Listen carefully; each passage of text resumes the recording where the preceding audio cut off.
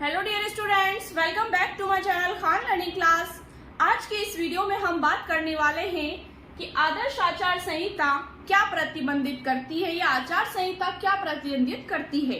पिछली वीडियो तक हमने आचार संहिता के बारे में फुल इन्फॉर्मेशन हासिल की थी, बहुत अच्छे से हम समझ चुके थे कि आचार संहिता क्या होती है। आज के इस वीडियो में हम उसका नेक्स्ट पार्ट देखने वाले हैं कि आचार संहिता जो है जब लगाई जाती है तो उसमें क्या क्या प्रतिबंधित, क्या क्या बैन रहता है। स्टार्ट करते हैं आज की वीडियो। क्या प्रतिबंधित करती है आचार संहिता? Model code of conduct. देखते हैं नियम फर्स्ट क्या है इसका। सत्ताधारी दल चुनाव प्रचार के लिए अपने आधिकारिक तंत्र का उपयोग नहीं कर सकता।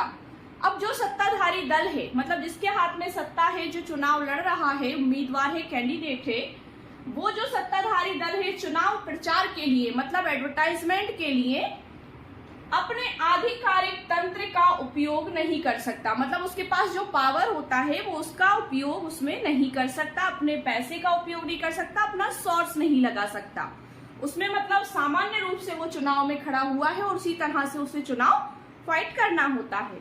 तो ये है कि मतलब वो उसके पास अगर जितना भी पैसा है, पॉलिटिशियंस जो भी पार्टीज है, जो भी पावर है उसके पास, वो उसका आधिकारिक रूप से चुनाव में उसका उपयोग नहीं कर सकता। सेकंड पॉइंट आता है इसका, किसी नई नीति या परियोजना की घोषणा कर मतदाताओं का व्यवहार प्रभावित नहीं कर सकता।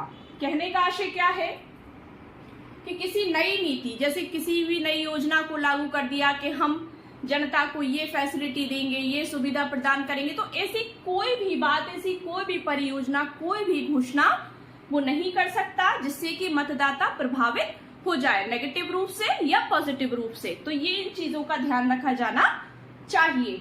नेक्स्ट आता है हमारा, सत्ताधारी दल द्वारा सरकारी पैसे से विज्ञापन या उपलब्धियों का प्रचार नहीं कर सकता। अब कोई भी सत्ताधारी दल है जो चुनाव लड़ रहा है, वो अपने सरकारी पैसे से, मतलब जो सरकार का पावर, जो पैसा उसके पास है, उस पैसे से वो कोई विज्ञापन नहीं निकाल सकता, कोई उपलब्धियों के बारे में प्रचार नहीं कर सकता कि इसमें आपको ये फैसिलिटी दी जाएगी, ये विज्ञापन है, आगे आने वाले समय में आपको ऐसा दिया जाएगा। मतलब ये सब एक लालच के रूप में आ जाता है कि हम मतदाताओं को लालच देकर अपनी ओर आकर्षित कर रहे हैं। नेक्स्ट पॉइंट आता है हमारा, चुनाव प्रचार के लिए मस्जिदों, चर्चों, मंदिरों या किसी अन्य पूजा स्थल का उपयोग नहीं कर सकते। अब ये पॉइंट क्यों आया है इसमें, जैसे मस्जिदों में जो मतलब सार्वजनिक भीड़ वाले स्थान है, पब्लिक प्लेसेस हैं, ऐसे स्थानों पर जाकर हम कोई किसी से वादा नहीं कर सकते, किसी को आश्वासन नहीं दे सकते कि हम तुम्हारे लिए ये करेंगे, तुम हमें वोट देना।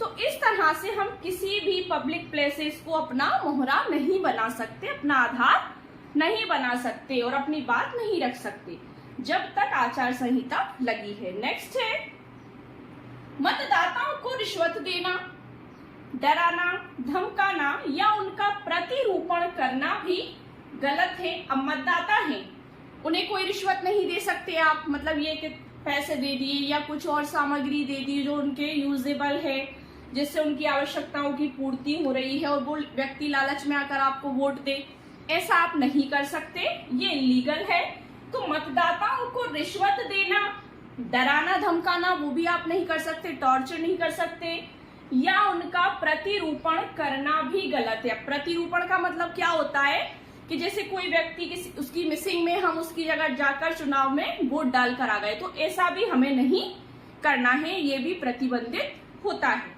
नेक्स्ट आता है, मतदान समाप्ति के लिए निर्धारित समय से पहले।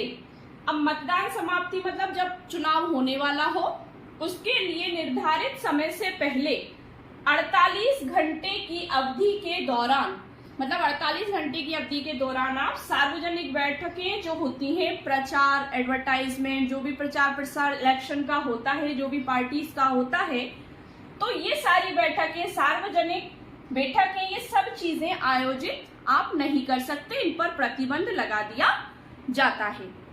तो ये सब किस में आता है? इलेक्शन साइलेंस में। इलेक्शन साइलेंस इसे कहा जाता है कि मतदाता पूरी तरह से मतलब संतुष्ट हो सके, अपने आप को एक ऐसा एटमॉस्फेयर दे सके कि उसको किसका चुनाव करना है, किसका नहीं करना है, किसे उसे वोट देना है, किसे नहीं देना है। मतलब उसको प्रेशराइज आप नहीं कर सकते, कोई भी लालच देकर नहीं कर सकते, पॉजिटिव वेज में भी नहीं कर सकते और नेगेटिव वेज में तो कर ही नहीं सकते।